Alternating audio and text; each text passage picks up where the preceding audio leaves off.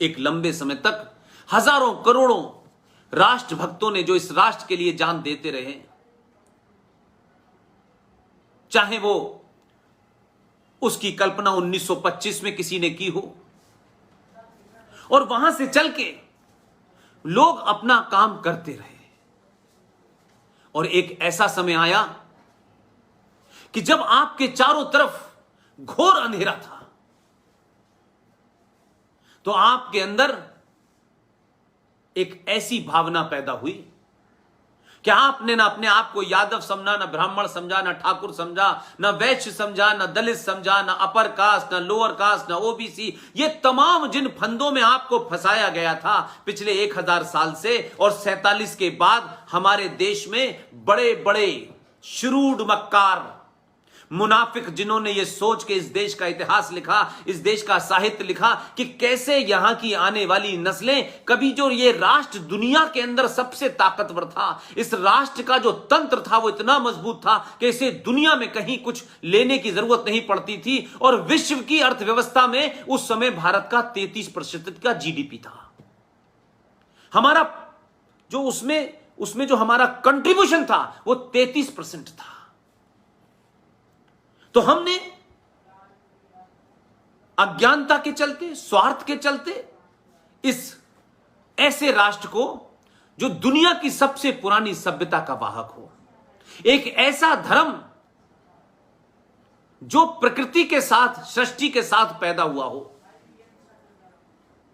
जब से ये सृष्टि है तब से है, हमने उन सब चीजों को छोड़ करके हमने छोटी छोटी छोटी छोटी दुकानों को ही अपना भाग्य मान लिया और अपना भविष्य उन्हें सौंप दिया।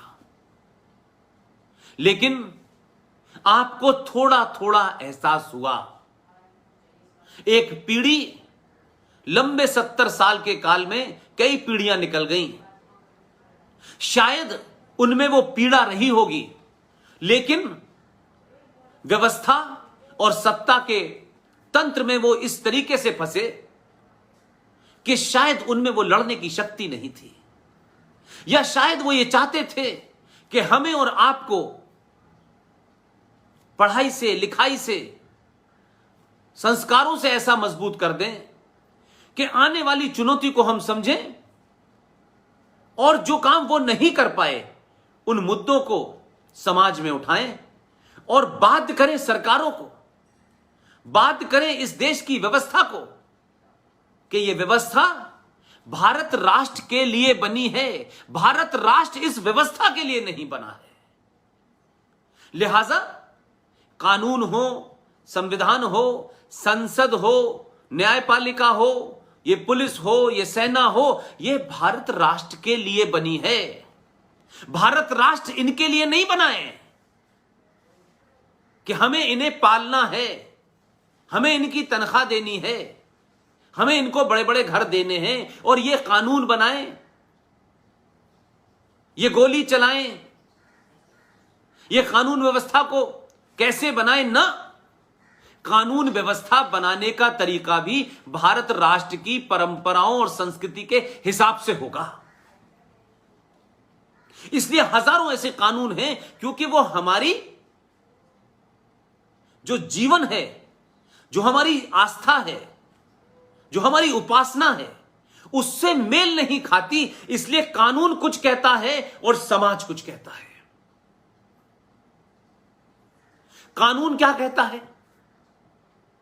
कि आप अपनी सगी बहन के साथ किसी से जा रहे हो। अब इसको आप जरा गौर करके देख, समझने की कोशिश कीजिए कि ये कहां पर क्लैश है, या ये जानबूझकर राज सत्ता ने हमें ऐसा बनाया है, या फिर ट्रांसफर ऑफ पावर के माध्यम से इस देश में हजारों आईपीसी कानून ऐसे हैं जो पहले से चले आ रहे थे, क्योंकि जो राज करने वाले थे उनका यहां के राष्ट्र में इंटरेस्ट नहीं था, उन्हें अपनी सत्ता को स्थापित करना था। लिहाजा उन्होंने बहुत सारे कानून, बहुत सारे नियम, बहुत सारी चीजें ऐसी बनाई कि यहां के आदमियों को, यहां के लोगों को, यहां के पुरुषों को, यहां के जनमानस को कैसे उस सत्ता और राज के अंदर जकड़ लिया जाए, ताकि वो अपने होने, अपनी पहचान, अपनी आस्थाओं, अपनी उपासना, इन तमाम सारी चीजों से कट जाए और वो ये समझे कि हमें राज्य के प्रति ही वफादार रहना है और राज्य जो कर रहा है उसे सिर्फ बर्दाश्त करना है, उसका प्रतिकार नहीं करना। इसलिए अगर आप कल अपनी बहन के साथ कहीं जा रहे हो और ये घटनाएं पिछले कई सालों से लगातार हो रही हैं, मैं अक्सर बड़े बड़े कई पुलिस वाले हैं, मैं उनसे पूछता हूं, बोले ये कानून हमने नहीं बनाए, हमारी मजबूरी है, ये अंग्रेजों के जमाने से चल रहे हैं और अंग्रेजों ने कभी भी भारतीयों के हित में नहीं सोचा। अब उस लड़की के साथ मेरे सामने जो मेरी बहन भी है, कुछ 4-5 गुंडे मिलके आए, उसको छेड़े और उसके साथ रेप करते हैं। मैं शारीरिक रूप से उन 4 लोगों का शायद मुकाबला करने में सक्षम नहीं होऊंगा। तो अगर ऐसा होगा तो मेरे पास 2 रास्ते हैं कि मुझे जो कुछ मुमकिन हो उनका प्रतिकार करना चाहिए, उनका विरोध करना चाहिए, हथियार से करना चाहिए, दंड जो भी कुछ मेरे हाथ में है उससे करना चाहिए। यह मेरी मनोदशा होगी और शायद यही समाज कहता है। लेकिन आपका कानून क्या कहता है? जिस कानून के बारे में कहा जाता है कि इस कानून पे चलें, यह कानून के विरुद्ध अपने काम किया है, लेकिन यह तो मुझे बताओ कि यह कानून मेरे लिए बना है या मैं इस कानून के लिए बना हूं? कानून यह कहता है कि आपको अपने हाथ में कानून नहीं लेना चाहिए। अगर यह घटना घट भी रही थी तो जब आप पुलिस के पास जाएंगे तो पुलिस वाला आपसे पहले पूछेगा कब हुआ, कैसे हुआ, वो कौन लोग थे, उनका नाम बताइए। ना उनको आपको उनका नाम पता है, ना उनका पता है। तो अगर ये दोनों चीज नहीं है तो एफआईआर नहीं लिखी जाएगी। वो कहेगा सर हम किसके खिलाफ एफआईआर लिखें? तो एफआईआर नहीं लिखी जाएगी तो पुलिस कार्रवाई नहीं करेगी। तो आपकी बहन के साथ जब ये बुरा काम हो रहा था तो आपको उस वक्त प्रतिकार नहीं करना चाहिए था, पत्थर उठा के नहीं मारना चाहिए था, उन 4 बलात्कारियों के नाम और पते पूछने चाहिए थे। तो हम, और जब यह घटना समाज के लोगों में रखी जाती है तो समाज कहता है कि तुम्हें मौके पे उसको मार देना चाहिए था, अगर तुम मार सकते थे तो मार देना चाहिए था। लेकिन कानून कहता है कि नहीं नहीं नहीं नहीं नहीं, आपको रिपोर्ट लिखानी चाहिए थी। आप रिपोर्ट लिखाइए, पता बताइए, पहचान बताइए, आपकी जो मनोदशा है, आप जिस पीड़ा से गुजर रहे हैं उसका उनसे कोई सरोकार नहीं है। आपके परिवार में आपकी बहन के साथ एक जघन्य अपराध हुआ है, उसकी कोई पीड़ा नहीं होनी चाहिए। आप अस्त व्यस्त हैं, आपका पूरा मन मस्तिष्क एक अजीब किस्म के झंझावार में फंसा हुआ है, लेकिन उसके बात करने का अंदाज ऐसा है जैसे आप थाने के अंदर किसी दावत के लिए गए हैं, कंप्लेन लिखाने नहीं गए हैं। वो आपसे पानी को भी नहीं पूछेगा, वो आपसे सिंपैथी की बात नहीं करेगा, और उस लड़की जो आपके साथ में है उसको भी इस निगाह से देखेगा जैसे शायद इसी का कसूर था। तो राज और राष्ट्र की परंपराओं और राष्ट्र की आस्थाओं में यह टकराव है। तो हमारे यहां कानून हमारे देश की संस्कारों से नहीं बने। जिनको हुकूमत करनी है उन्हें हुकूमत के माध्यम से समाज को इतना कमजोर कर देना है, इतना उनको निर्बल कर देना है कि वो कभी भी जोर से चिल्ला ना सके और राज सत्ता चलती रहे। इसलिए मेरा आपसे कहना है, आज के युवाओं से कहना है कि आंदोलन करें। इस देश में बहुत सारे आंदोलन हो रहे हैं।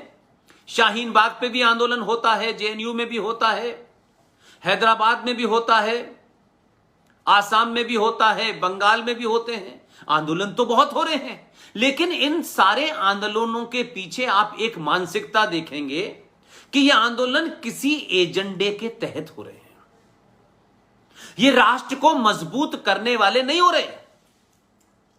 इन तमाम सारे आंदोलनों के पीछे जो भारत राष्ट्र की परिकल्पना है, जो उसके आदर्श हैं, जो उसकी आस्थाएं हैं, उसको कैसे तोड़ के कमजोर किया जाए, इसकी चिंता में यह आंदोलन हो रहे हैं।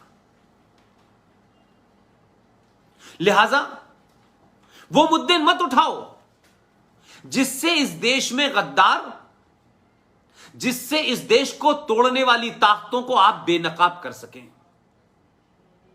तो अगर आप ये करेंगे तो आप राइट विंगर हैं, आप दकियानूसी समाज के लोग हैं, आप कंजर्वेटिव लोग हैं, आप फ्रिंज एलिमेंट हैं, आप हेट मॉन्गर हैं, आप किसी मजहब के खिलाफ हैं। ये तमाम तमके बना दिए जाएंगे क्यों? आपकी शिक्षा पद्धति, इतिहास ने आपको पिछले 70 सालों में यही बताया है और कुछ चीजों को ग्लोरीफाई किया है।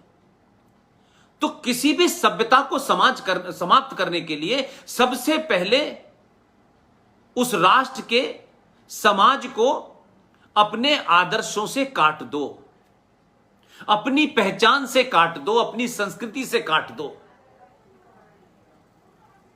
लिहाजा आपने क्या किया कि मैं फिर कहता हूं कि बीच बीच में मैं रेफरेंस के लिए अंग्रेजों का जिक्र करता हूं, लेकिन मैं मानता हूं कि 47 के बाद भी ऐसी ही प्रवृत्तियों के लोग सत्ता पे बैठे।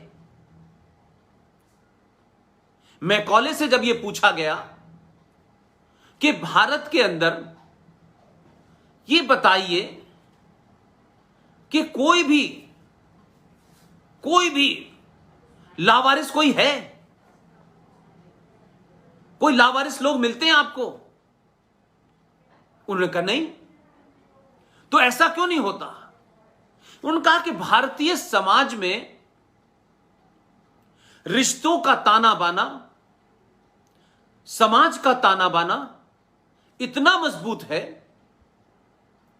कि अगर कहीं किसी परिवार में किसी के मां बाप किसी हादसे में चले भी गए तो उसमें बहुत सारे रिश्ते ऐसे होते हैं कि वो बगैर स्वतः ही उन रिश्तों में आप मिक्स हो जाते हैं और बच्चे बड़े हो जाते हैं।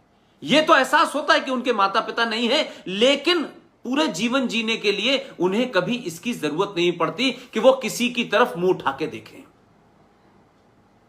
तो यह व्यवस्था क्या है? तो गुरुकुल है। यह गुरुकुल क्या है? यह शिक्षा की सिर्फ कोई क्लासरूम नहीं है, यह जीवन जीने की पद्धति है जिसे गुरुकुल कहते हैं। यहां संस्कार भी हैं, यहां आस्था भी है, यहां विश्वास भी है। ये जो सारी चीजें थी तभी हमने, क्योंकि हम आदर्शों के उस पराकाष्ठा पे पहुंचे हुए थे, तभी हमने दुनिया में कहा कि ये पूरी दुनिया हमारा घर है, हमारा परिवार है।